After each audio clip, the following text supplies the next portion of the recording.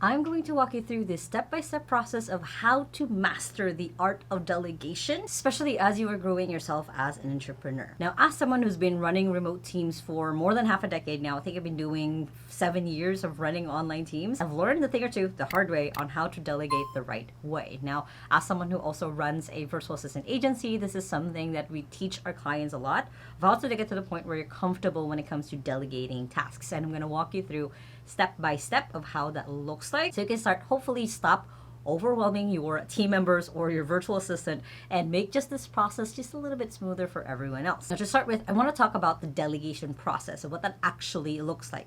Now, most of the time we expect someone we give them a task, we give them a thing that you need to get done, and they're going to do it perfectly. In reality, that's not the thing that actually looks like. It might be that you've been working on an outcome, basically you've been doing it for years or even just for a few months or a few weeks, and you've mastery on it, it looks perfect every single time. But when you're delegating a part of your brain basically to someone else to be able to execute it, what it actually looks like, it's first, they'll be focused on just the task. They'll be focused on what's the small thing that needs to get done towards, getting to the outcome. They'll be focused on the task. Then you can start delegating the project for them or to them of okay, this is the process for it and this is the outcome. So the outcome is them actually getting something finished and then getting some sort of success or something afterwards. So as a really good example, when it comes to delegating email management, at first it's just checking emails. That's all they're doing. Next is then they're starting to categorize the email. So they're going through the process or the project of email management. And at the very end, the outcome is they're now starting to filter emails, reply as you. So that's kind of the natural cadence basically when you're trying to delegate a task or an outcome to someone else. So keep that in mind throughout this whole process, because it's one of the ways people usually start delegating and they give up because someone else, didn't do right, and they're now not going to do that forever and ever. And honestly, when you're an entrepreneur or you're a manager, this is where you might fail at if you don't learn the art of delegating right. So once you have that, hopefully you understand now the delegation process and what that actually looks like. The first thing you want to do is to create a to-stop list. Not a to-do list, a to-stop list. It might even be that you're looking at your to-do list and you're writing down the things that you need to be stopping, that it doesn't have to be you doing that. So for example, for me, when I was doing this myself, when I was starting out my company, basically for the first 2 years, I was mostly still doing a lot of things myself. So I started creating a to-stop list of I need to stop being the one to edit my YouTube videos.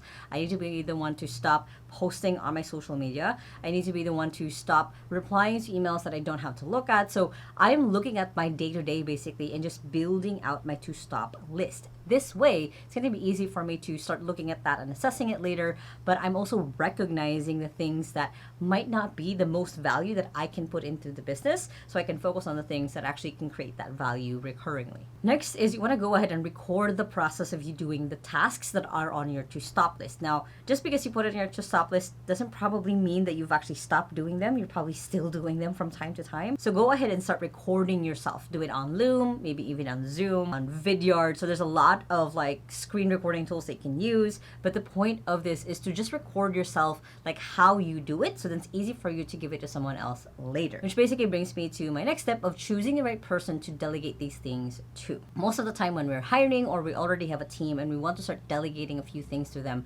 it's not even aligned to what it is that they do. So of course, when you give it to them, you feel like everything has failed, everything's on fire, and you want to give up and not do that ever again. So you want to look at that of choosing the right person basically means, one, that they have some sort of skill or background on this.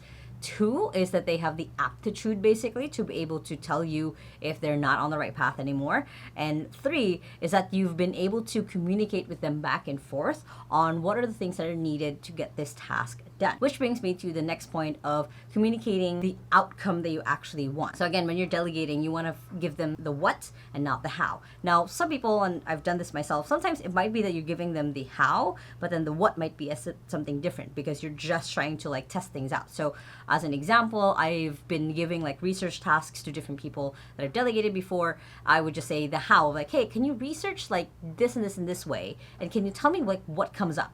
What are the things that shows on your page? So there could be tasks like that, but you have to either decide, am I giving them a what or a how, but not both. You don't want to micromanage them. You want to just communicate clearly what your expectations are, so it's going to be easier for them to execute that as well. Next is when it is a new task, you want to check at 20%. What I mean by this is you want to check at the 20% progress report, basically, of like how they're doing. This way, you can easily redirect them or put them on a better track rather than them kind of just pushing through and finishing something that wasn't actually aligned. You're checking in at that 20% mark of like, hey, when you reach like this level, let me know. Like, show me the results so far, just so I can give you better direction if you're on the right track. Especially if it's either a new task that's never been done before in the business or a new task to them. It might need to be that you just need that quick check-in, again, at that 20% mark, so you can easily have a little bit of the trust and confidence that they're on the right path. Next is, of course, it's really important that you give feedback and empower them. Now, this is coming from the book series called The 1 Minute Manager, where when you're giving feedback, you want to make sure that you're separating the person and the task or the outcome. So you don't want to say like, you are an idiot. You don't want to say just, you did this wrong, of like, hey, this outcome is wrong, or this was not what we talked about. So you're not attacking them as a person. You're not giving them feedback as a person. You're giving them feedback based on the output, the outcome that they came up with.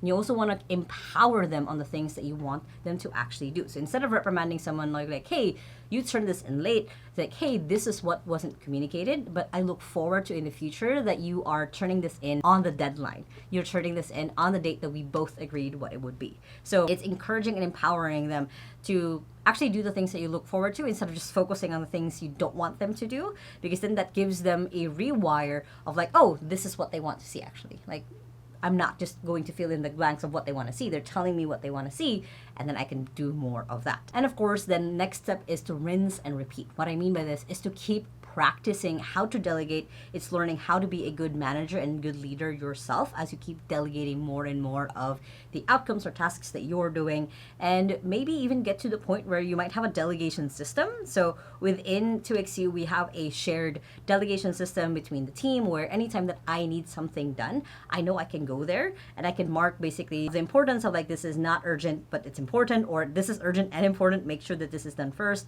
I set deadlines. I set which team members should be involved in this or who should be the champion for this task. So there's a lot of clarity. Now, that started with me just sending out chats to my assistant of what needs to get done and having her manage all of that. But for me, I needed the visibility. So it's evolved into that. So depending on what works for you and your team and maybe your virtual assistant, you might want to keep evolving basically your delegation system or your delegation style. So then you're learning every time as well, not just your people learning how to do the things that you are doing. Now, if you guys like this video, make sure to hit the thumbs up button right there and comment below what are the things you're thinking of delegating. I would love to help you out in just kind of commenting back on like how you can effectively delegate that. And if you still haven't yet, make sure to hit the subscribe button right there so you don't miss any of my videos every Sunday and Thursday on how to work from home and how to have a business from home, which you guys can check out those two playlists right here and the latest video right here. I hope you guys have an amazing day, and remember that small steps matters, and I'll see you in the next video. Bye.